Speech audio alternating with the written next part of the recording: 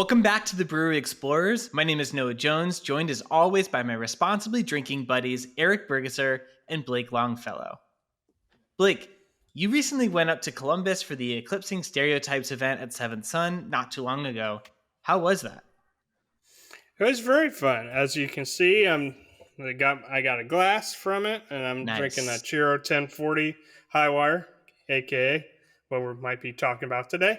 But no, Eclipsing the Stereotype was awesome. It was awesome just seeing a lot of female people in the craft beer industry. It's good to highlight what they're doing because there's so many good owners, women brewers. Eric and I know the one in Yellow Springs, and also Urban Artifact with Hannah. So there's a lot of good things going on. I like seeing. I'm glad Ohio took the time to highlight them. Plus, being at Seventh Sun is never a horrible thing. Yeah, so. I know you love that place. Tell us a little bit more specifically about what this event was. Was it basically just like a place where everyone everyone at Seventh Sun was able to try different beers, or was it sort of highlighting individuals? Each brewery had its own that has a woman in it, an owner or marketing or a brewer. Each of one had one special beer and you could try them all. You had like 10 tickets to try them all. Oh, wow. Luckily, my mom went with me, so we had 20 tickets. So. Oh, well, there you go. That sounds like a joy. Eric, what have you been up to this week? I had my second patio beer of the season at a French restaurant, my first time trying French cuisine. Oh. Loved it. I had a Belgian sour with my meal. Wow. Are you a changed man now? French bread forever? Maybe. But the first patio beer of the season was at Hi-Wire in Cincinnati. Very cool. Very cool. That comes in play here because our guest today is a co-founder of Hi-Wire Brewing. I am really excited to introduce Adam Charnack. And, I was telling him before we started shooting, this is really exciting because he is the biggest he's the biggest company that we've had on our show. He owns 9 states worth of breweries, I suppose you could say. Adam, how are you doing today? Good. I've been prepping for this all week, been training, doing lots of wind sprints. Makeup started a few hours ago here, so yeah, it's been a big workup. But I think I'm feeling good. And, appreciate all those segues rolling right into the intro to me. Just happy to be chatting with you guys. This is fun. People you think that brewery owners, just sit around and drink beer and crack jokes and solve problems all day long, but they're right about only one of those things, which is pretty much just solving problems all day long. So I pretty much just sit in a room with, drop ceiling and fluorescent lights staring at the trucks coming to pick up our beer. So talking to you guys and drinking a beer at 4:15 is definitely a nice change of pace. So that's fantastic. It's not every podcast that we get to drink a beer with a co-founder of a brewery. What are you drinking today? It's our newest release for this year. It's Hazy Pitch. So 7.2% hazy IPA, nice drinkable. Making a beer like this at this price point, we put all our year-round beers in 6-pack, 16-ounce cans. And so doing that at a reasonable price point is just super hard at 7.2%. And keeping it haze stable and production friendly, which are things you got to worry about in a production brewery. So our R&D process took us, better part of a year to fine tune and refine this. And so, anyway, just hitting the shelves now. Super proud of it. You'll start to see it all around Ohio and like you mentioned, our 9-state footprint as well.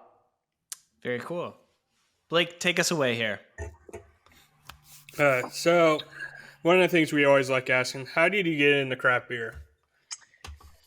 So I started drinking the moment I turned 21 and not a second sooner in St. Louis, where I went to college and lived there for a long time.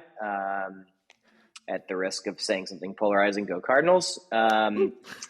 But not too polarizing for most of the guys on this podcast, except for one. But anyway, so started drinking, craft beer then a little more and more as I could afford it there. And I moved out to Colorado and I lived out there.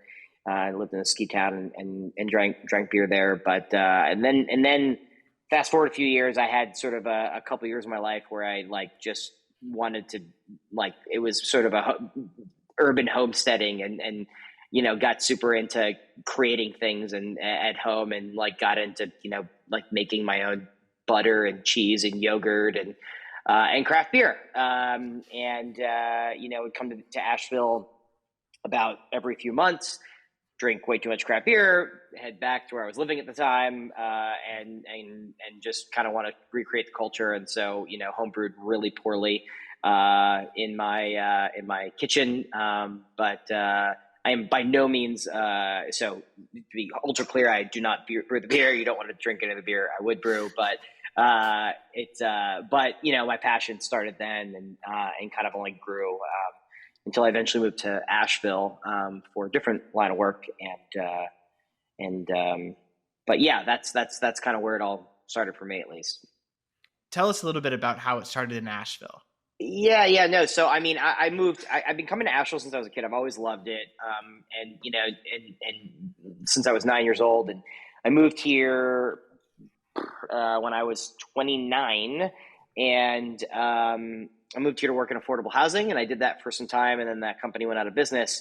But while I was here, I literally would, could come home from work and hang out with my buddy, who's a business partner of mine, old friend from college.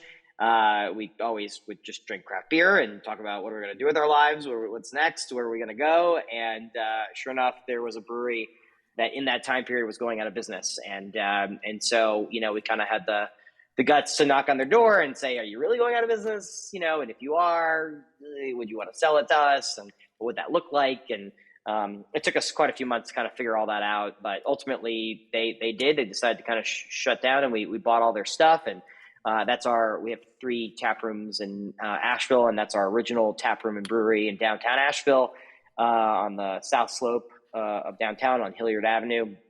And so we bought their ridiculous brew house. It was a 30-barrel brew house with like 5 tanks. So, I mean, it just, 2-vessel direct fire, just in really unbelievably inefficient system. But, ran that, started the brewery, ran that, and then have expanded since then. So, it truly was kind of a love and the right opportunity that kind of came up here at the right time. And just a business partner, an old college friend, and I both just wanted to do something for ourselves and start our own business. So kind of happened organically like that. What was your emotion for that? I mean, it sounds terrifying for someone who's never done breweries to open up such a large brew house. What was my emotion? Oh man, are you my therapist, Noah? Well, I have secondhand terror is my emotion. I mean, that sounds terrifying. No, I only asked because that feels like a question my therapist would ask. But I'm sorry. I don't know if I knew how to feel the emotion at the time. I think that's something I'm just learning now as a 41-year-old male.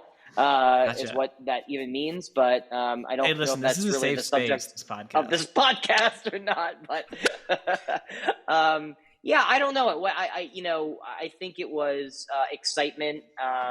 I think I was a little shocked that we convinced the bank to lend us money.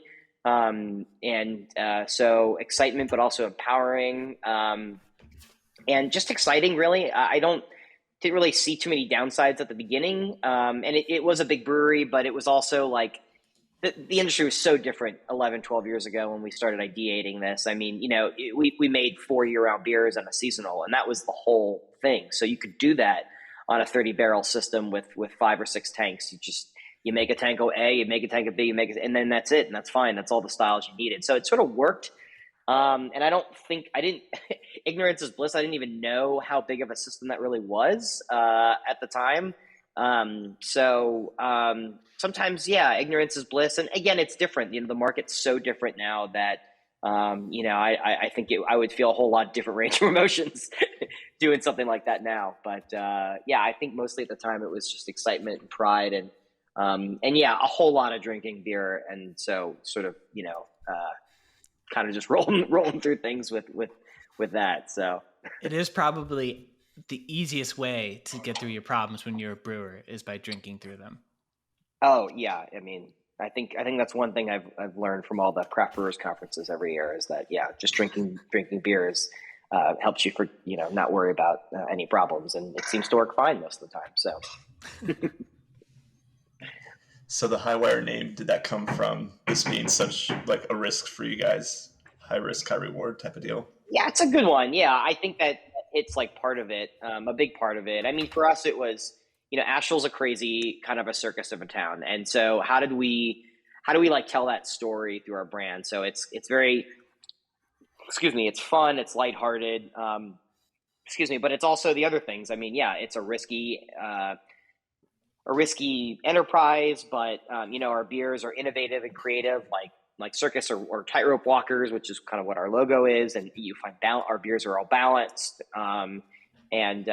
Shit Show Brewing Company was trademarked already, so we couldn't go with that. Kind of embracing the Asheville craziness. That's a bad joke, but so anyway, we just thought the circus really, that concept, that theme kind of tied everything together, and kind of all of our thoughts on and the kind of emotions about our business, our beer, and kind of the city that we want to represent. So that's cool. So how long did it take for you all to feel comfortable expanding? And then how did you go about expanding to the 9 other states? I keep saying 9, but now I'm second guessing myself. Is that right? No, you nailed it. We're in 1, 2, 3, 4, 5, 6, 7, 8, 9 cities across. We have tap rooms in 9 cities across 5 states, but we sell our beer in a 9-state distribution footprint. So confusing numbers and things there, but we basically, it took us the first 2 years. We basically blew past our business model projections immediately, and so, which were modest, but we were kind of running at capacity, and so it took us a couple of years to figure out what to do about that. We eventually opened our main production facility, which we still operate out of and run the main of our bulk of our liquid comes out of now. It's here in Asheville, 30,000 square feet. We produce all our beer out of there. Also a 30-barrel brew house, but 4-vessel, much more efficient. So it took us a while to figure out how to do that, how to come up with the money, how to convince ourselves that was the right move. And there kind of wasn't a choice. I mean, we were production focused at that time. We had just the one tap room downtown. We opened the new brewery in Asheville, the production facility, and decided to put a tap room there. So now it was 2 tap rooms and 2 breweries, and really just trying to pump out liquid to kind of grow the latent demand for distributed volume. And then the kind of a nexus point was in 2018 when we opened up our tap room in Durham, North Carolina. That was our first out-of-town tap room, so that was our 3rd total tap room. And, some opportunities were presented to us by friends, by real estate brokers. We'd always sold a lot of beer. It was our 2nd best-selling territory at the time in the Triangle in North Carolina. And Durham has kind of got that Asheville vibe. It's sort of real craftsy, real kind of arts and crafts, and just a lot of that kind of vibe, and a lot of beer drinkers. And we just felt like there was an opportunity to kind of tell our story and be who we are, and be in that city, and have people, recognize us and like us. And, we opened that tap room. It worked out great. I mean, from all ways. And I'm not just talking about the business side. I mean, it was it felt good. We had a great staff. It was a good vibe. And then the tap room was financially successful. And then our wholesale sales grew. So it kind of helped our brand resonance in that market, which is the whole point. I mean, we want to spread our message, and we want to be as a part of a community as we can. And so what better way to do that was to open a tap room. And so after we did that, we kind of were like, okay, let's try one more. And we opened up Knoxville, and it was a similar thing. And then the floodgates kind of opened, and we sort of just kind of went crazy and saying, all right, where are all the other places that are cool? Let's look at tap rooms there and see if that makes sense. And so here we are, a bunch of years later with 11 tap rooms, a tiki bar, and 2 private event spaces across 5 states. And with those floodgates opening, have you learned anything when it comes to drinking trends in the U.S.? Because we've heard people around our area, Southwest Ohio, really like sweet beers from brewers like sours and such. Is there a surefire style that you've found sells great in every location or specific locations?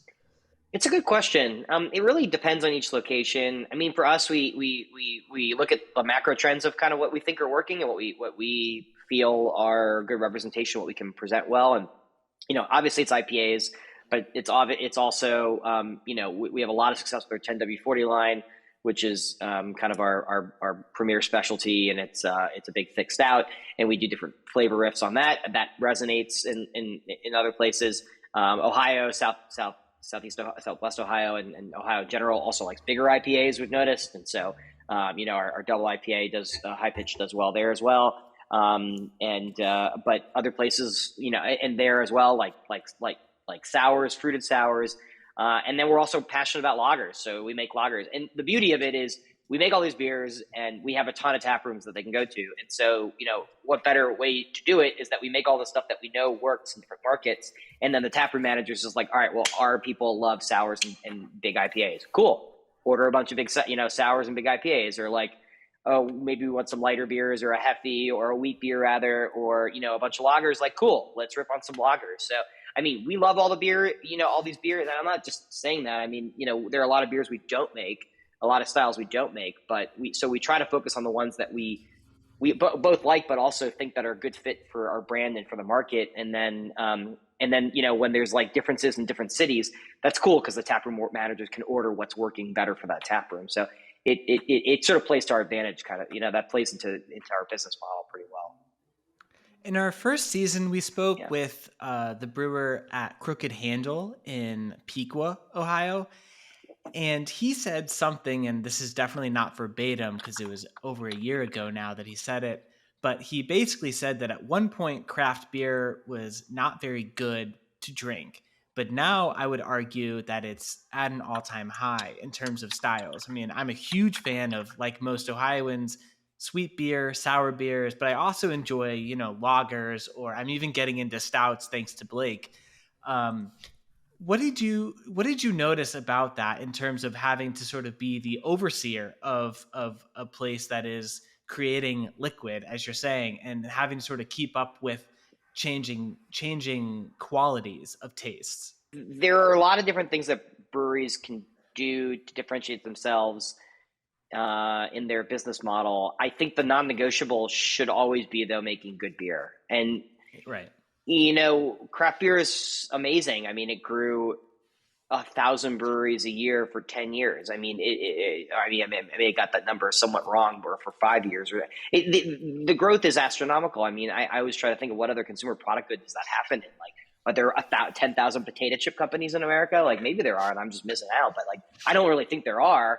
It just doesn't work that way. Or soda companies. So the growth was outstanding. And when that happens, there are going to be some people who get into craft beer because they want to hang out with their buddies and homebrew, and that's okay. And if it works, but I think ultimately, I mean, if you don't have quality there, it's not going to work long term. People will be excited for a while, but long term it may not work.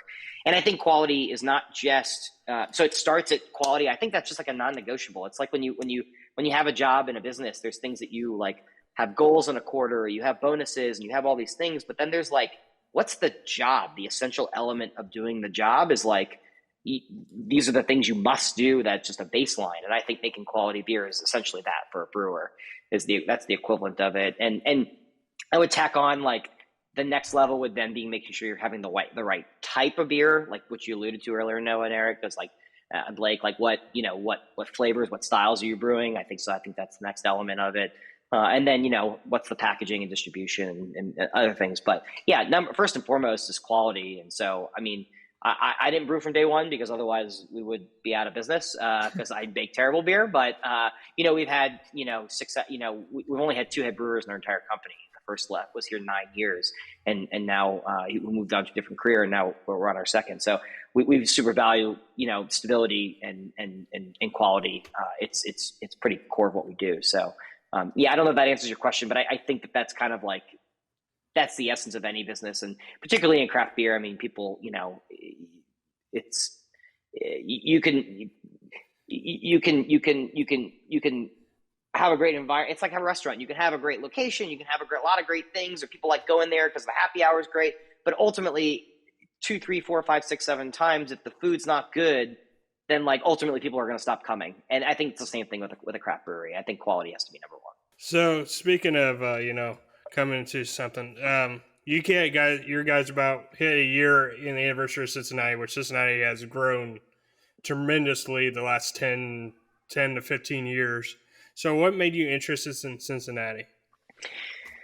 Yeah, so we've been selling beer in Ohio since 2017, which a lot of people may not know. It's almost been 7 years, or it's been about 7 years, and always sold a bunch of beer there. We love the beer drinking culture in Ohio, in Cincinnati in particular. It's not to be compared with pretty much any other state, and so. And I mentioned earlier, I also cut my teeth with craft beer in St. Louis, just going to college there. And while we don't distribute to Missouri, Cincinnati has a lot of similar vibes. It's an old river city, a lot of culture, a lot of history. Just, it really just felt like a really good fit for us. And so when we started looking in the area, and like I said, we've been selling beer there for a while, people really, it resonated. And like y'all, we were talking maybe I think offline beforehand, but a lot of you guys have come through Asheville, or maybe it was while we were chatting here, but come through Asheville on your road trips and stuff like that. And like there was resonancy. There is, you could use the word Asheville. That was a big barometer for us. We go to Cincinnati and just be like, hey, we're from Asheville. Oh, Asheville, love Asheville. Or and sometimes you go to other cities and you say, I'm from Asheville, and they're like, cool, Nashville, yeah, honky tonk, right? And it's like, no, Asheville, and so. We definitely got the vibe in Cincy that like, oh yeah, Asheville means something here. People understand it and appreciate it. It's in that 5 hour kind of drive zone. And so we felt like there was a lot of resonancy. And then the project we decided to, the space we worked in, decided to move into there was in Factory 52 up in northern Cincy, technically Norwood, but really basically the city limits. And just such a great project. I mean, like the developer is unbelievable. They're doing a ton of programming there. They have a food hall. There's another brewery. Fretboard's right next to us. We had, kind of the primo location that we were able to pick in the historic 100-plus-year-old clock tower in what was the oldest playing card factory. It was the original U.S. playing card factory. It was the largest factory on the planet in its heyday. So to be in the clock tower, that building is like pretty badass. So, yeah, I mean, it really kind of just all fell into place. And they're, like I said, they're a super great team to work with, and just kind of do a lot of cool things. Like Wildcard Wednesdays is like music out on the green right out front. That starts in late May, just live music, and there's the food hall there. And so it's pretty awesome. It all kind of just came together and made a lot of sense for us. So like, is there a comparison? Because Asheville is this huge craft mecca you always hear about, but I think Cincinnati has come a long ways in joining you, because there's Denver, San Diego, up in Michigan, and stuff like that. So where do you see Asheville and how much that's grown? I mean, you have New Belgium, Sierra Nevada, stuff like that. I mean, Asheville.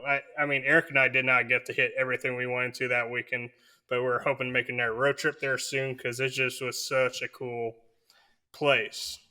I'd say the biggest difference, Blake, is like it's just a much smaller city. So it's like it's such a huge part of the culture. I mean, there's literally. I mean, I bet you breweries outnumber like bars by a long shot here. It just if you're going to open a drinking place, you might as well be a brewery, is essentially what I just read. I was reading a news article this morning about a place that's opening that's going to be a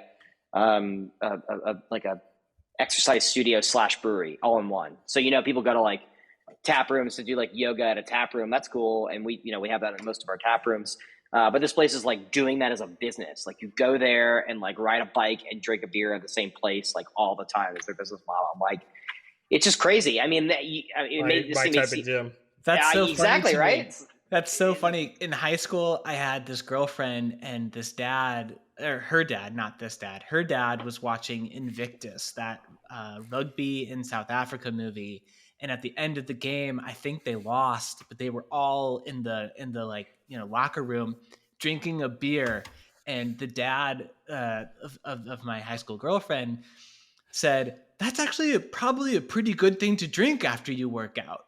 So that's always stuck to me. So it's really funny that's what you're talking about right now. Yeah. Yeah. So, I mean, it's, I mean, I don't know if it's shocking to not or here, but there's probably like, I probably haven't been to 40% of the breweries in Asheville just because, I started a brewery, and before we started, I went to every brewery in town.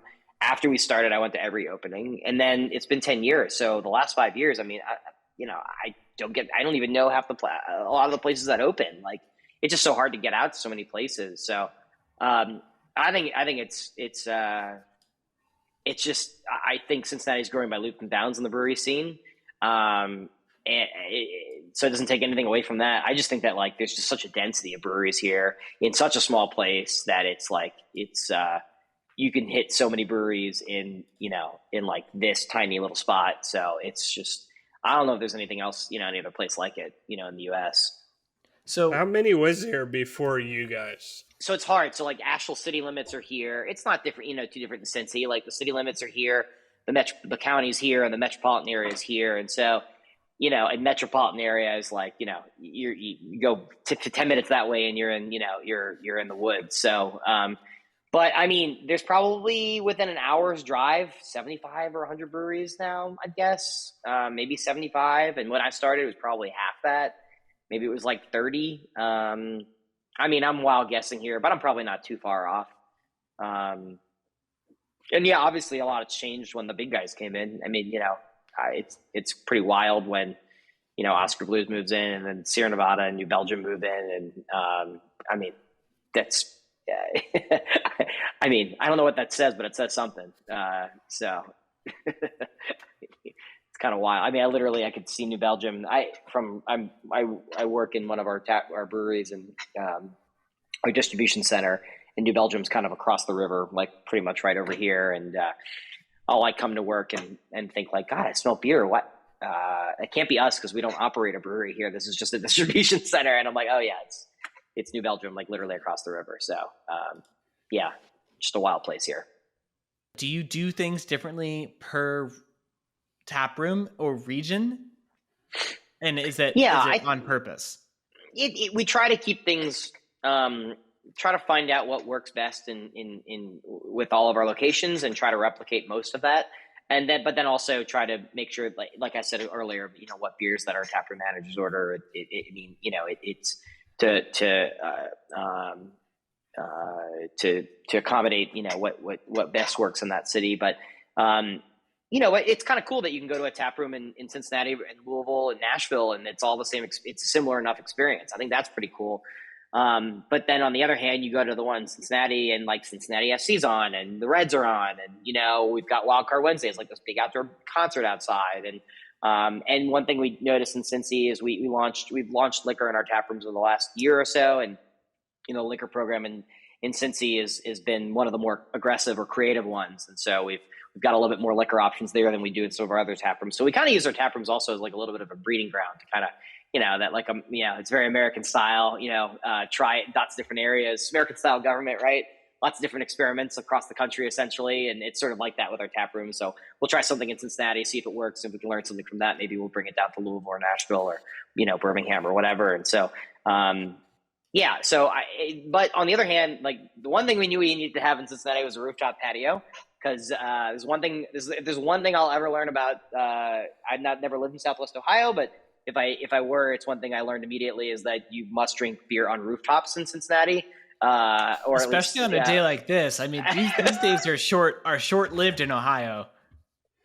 Man, I have a horrible. I also, part of the reason I don't go to as many tap rooms is because I can't enjoy them. I just like sit there and take notes the whole time, right? Because it's all work and research. But I just more like a curse. Yeah. But I remember going to Ryan Geit's tap room in OTR for the first time and just being like, "Holy shit, this place is unbelievable! Like everything about it's unbelievable." And side note, they're printing money, but also like, God, this is such a cool vibe. Like what, how do you learn lessons from that? And Mad Tree, I felt the same way as well. And, and we've got some great other, breweries in the area, as well. And, but, Listerman, Fretboard, Nine Giant, whatever. So, I mean, but I think, yeah. So number one, rooftop patio. We have a badass rooftop patio that kind of overlooks the whole area where we're at, Factory 52. So I think that was something important. Like I said, liquor, big outdoor space. Like I said, there's a lot of programming that's going to be happening in that kind of like, it's almost quad there too with, so yeah, I think it's 80%, 20%. It's 80% keep it the same, 20% make sure you're always doing something like a little creative, different, and make sure you're always like speaking to the community. And that's, excuse me, I maybe people don't know or realize, they think we're this big wild company. Like, man, it's me and my business partner, like just sitting here, just trying to make ends of things. And of course we have 165 employees. So we've got people who are doing a lot of the work, but it's like, it's just people trying to like relate to other people and do cool things. And so we can have community and drink beer together. Like, that's really it at the end of the day. So we hire, it's a local taproom manager from Cincinnati. It's local people. We don't like farm people in or do any of that kind of weird stuff. So, I mean, really it's we're local and we want to be local. And so it's like, how do we, make sure we do, be true to that. So when it comes to what's most important for a Hi-Wire tap room in any of your tap rooms, and I know that we've sort of talked about a little bit of all of this, but in discounting, it can't be beer because we've already decided that that's the most important thing. But what is second most important for creating a tap room? Is it a rooftop like Rheingeist? Is it having good food? Is it friendly staff, creating a good vibe? What do you think comes in play most beside having really great quality beer? That's a hard hitting question. It's a lot of things. And I say it's hard hitting because my answer gets like to the core, I think, of like what makes a good company though. I think it all starts with like culture.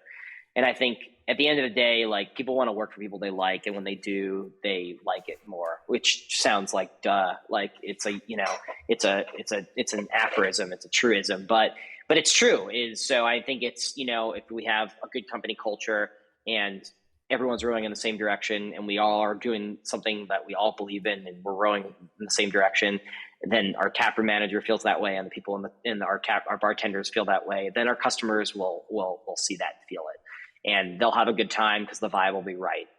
So that's the soft stuff, but like that's, I think, more than half of it. And then the rest of it is like, yeah, I think it's a lot of it's the basics. Like if you have, your experience should be great. The lighting should be right. The noise volume on the music should be great. The music that's on should be the right music. We should have the Reds on when the Reds are playing. We should have the right programming going on the TVs. And then there should be cool stuff going on. So, like we have music bingo. We've got,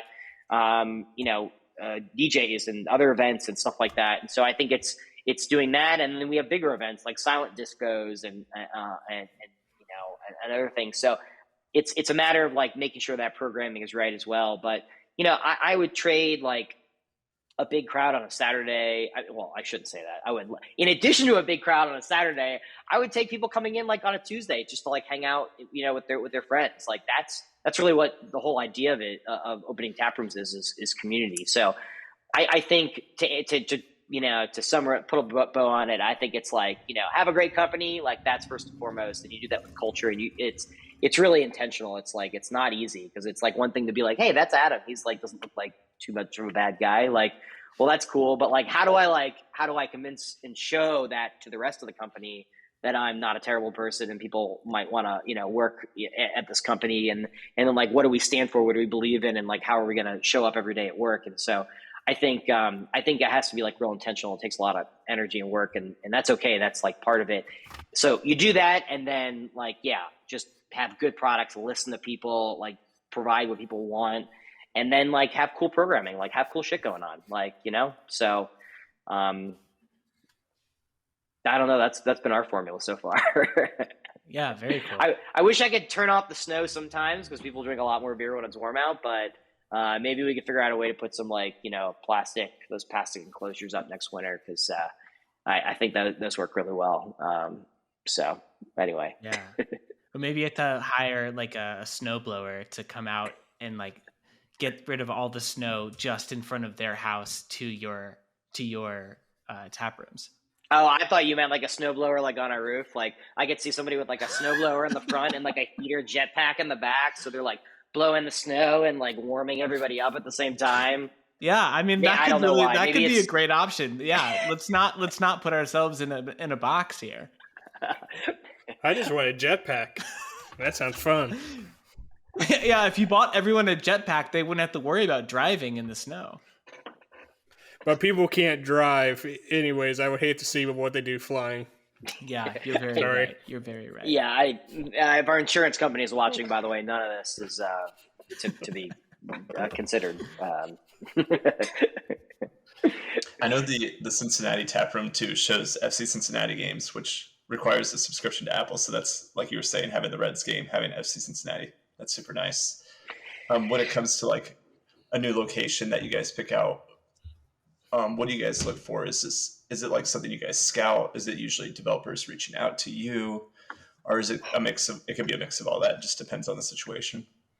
Yeah, I mean, we're the NA not applicable. We're good. We're, no pun intended, tapped out. I mean, we've opened 11 tap rooms, like I said, in 5 or 6 years, well, the majority of those in the last 5 or 6 years.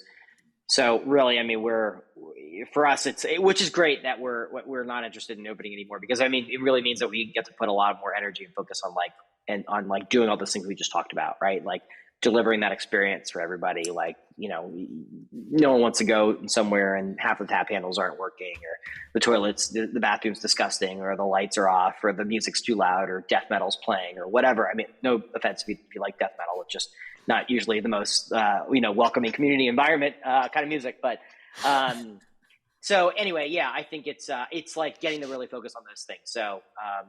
So I mean, yeah, I'll answer your question though. Like, I think, I think we talked about it a little bit though. It's like, the right community, the right vibe. People understand Asheville, know what we're kind of trying to do here, respect like the vibe that we're putting out there. We're not, we know who we are. We're laid back in good times. It says it on our cans, good beer, good times. So, I mean, that's, it's part and parcel of who we are. And so we're not trying to, there's a lot of things we're not trying to do, and we're trying to just do the things we're trying to do. So, that was a big part of it. We look for locations, but at this point it's, hey, let's focus on what we got, and let's come out with a great new hazy IPA for 2024.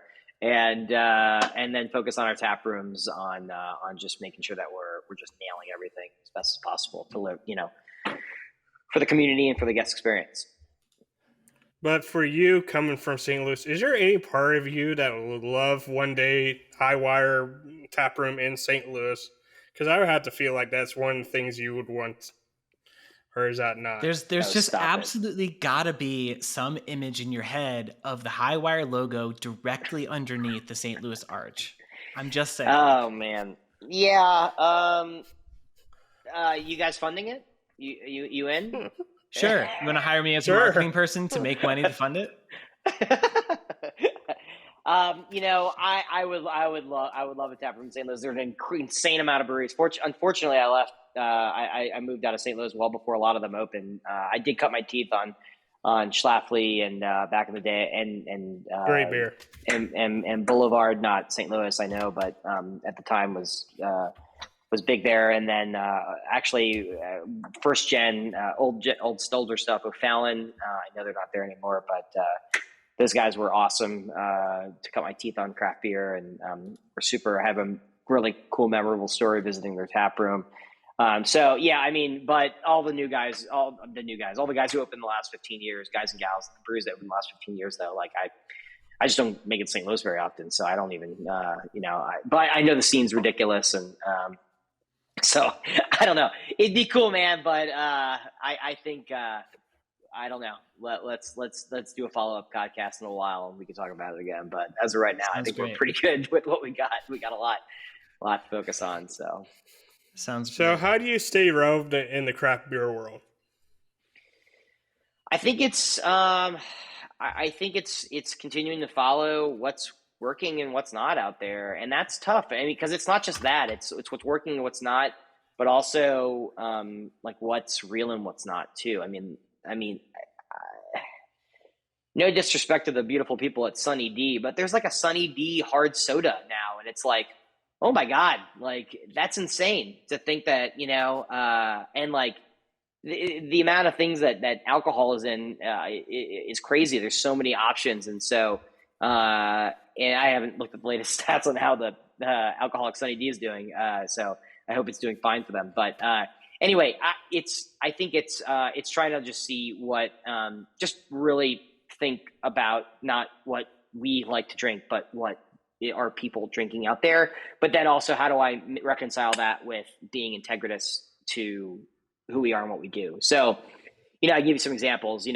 Coming out with a 7.2% hazy IPA was a pretty clear and easy idea. I mean, I think we make a lot of hazy IPAs, but I mean, this was a clear and obvious choice for this year to come out with. But we've also come out with, an easy drinking lager called Leisure Time Lager, which I think the branding kind of tells the story there. And that beer is doing better and better every year. We also have a beer seltzer hybrid, so ultralight beer essentially called Mountain Water. It's flavored, it's fruited also, so easy drinking, low calorie, better for you. But we don't make a seltzer. We don't make RTDs. We don't make Delta 9 drinks. There's a lot of things we don't do. But that said, I think there's a lot of opportunity to experiment in our tap room. So, I mean, we make a cider that we sell in our tap rooms, coming to Cincinnati shortly. We have it in some of our other tap rooms, just working out the legal logistics there, but it'll be in the Cincinnati tap room shortly. So, I mean, we make a cider that we sell in our tap rooms.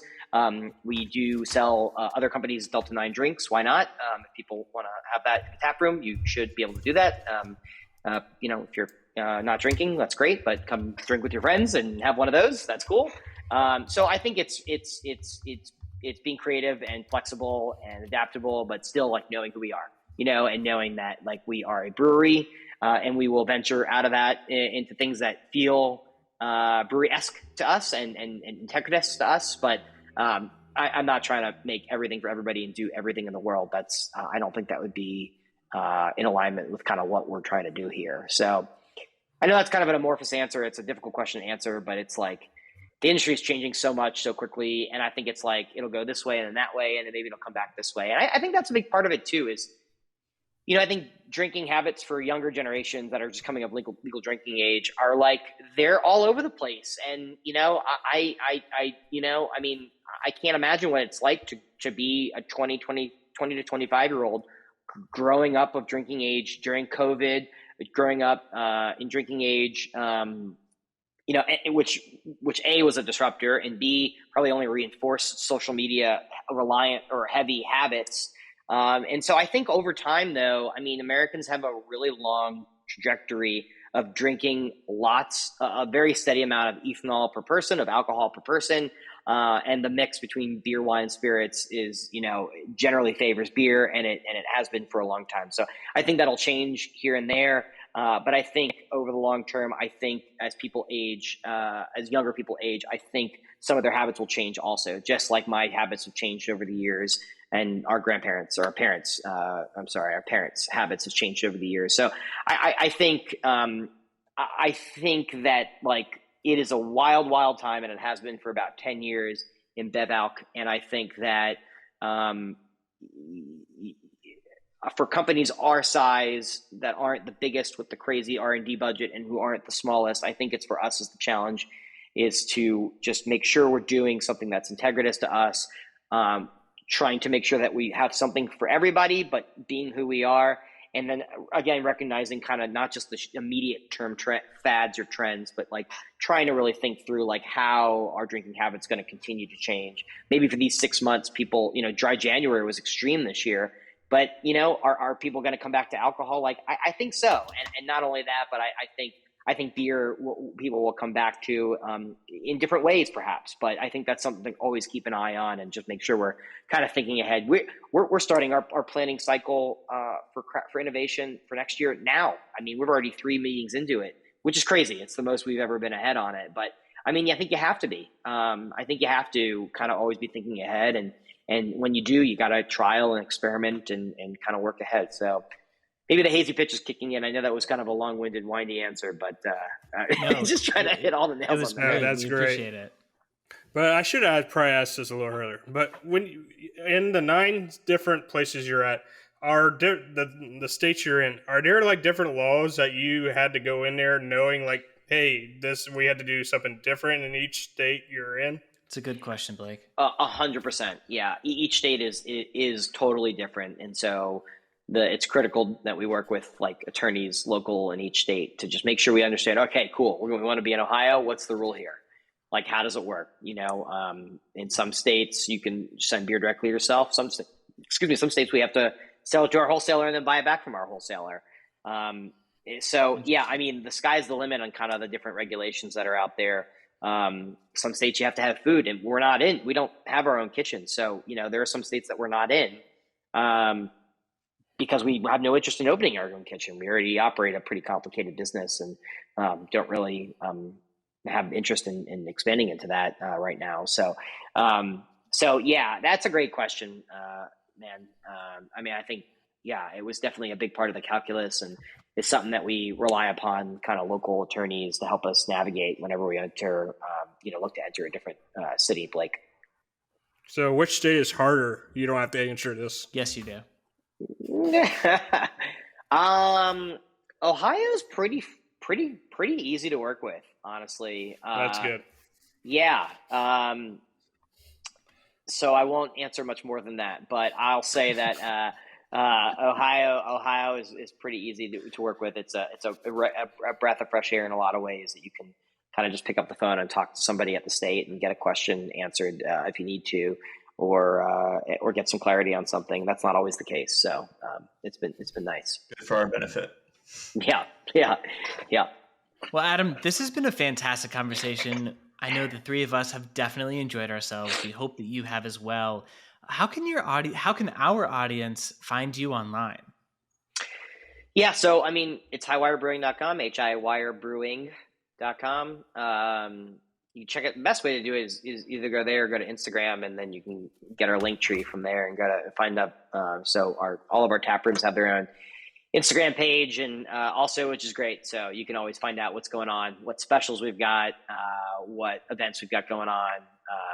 We literally have stuff going on all the time. So I do that. And then just, always, whenever you go to a bar, whenever you go to a restaurant, just say, hey, where's the Hi-Wire? If it's on, great, order it. If not, you just got to ask for it. If you ask for it, magic fairies do their thing and beer ends up landing where it needs to be. But if you don't ask for it, then, my dad taught me lots of lessons, but one of which was you don't ask, you don't get. And so, if you don't ask for Hi-Wire, it may not get there. So, always ask for Hi-Wire, and that's a big help for us. But yeah, check us out online. We got our beer finder on there. You can go to any of our tap rooms across 5 states. So love to see you hang out. Also, if you're ever in Asheville, we have a tiki bar here, which is kind of crazy and fun. So you should check that out too. So yeah, that sounds on our website. Really fun. Yeah. All right. Well, Adam, thank you so much for joining. Thank you guys, man. This was awesome. Of Brewery Explorers Podcast. We really appreciate it.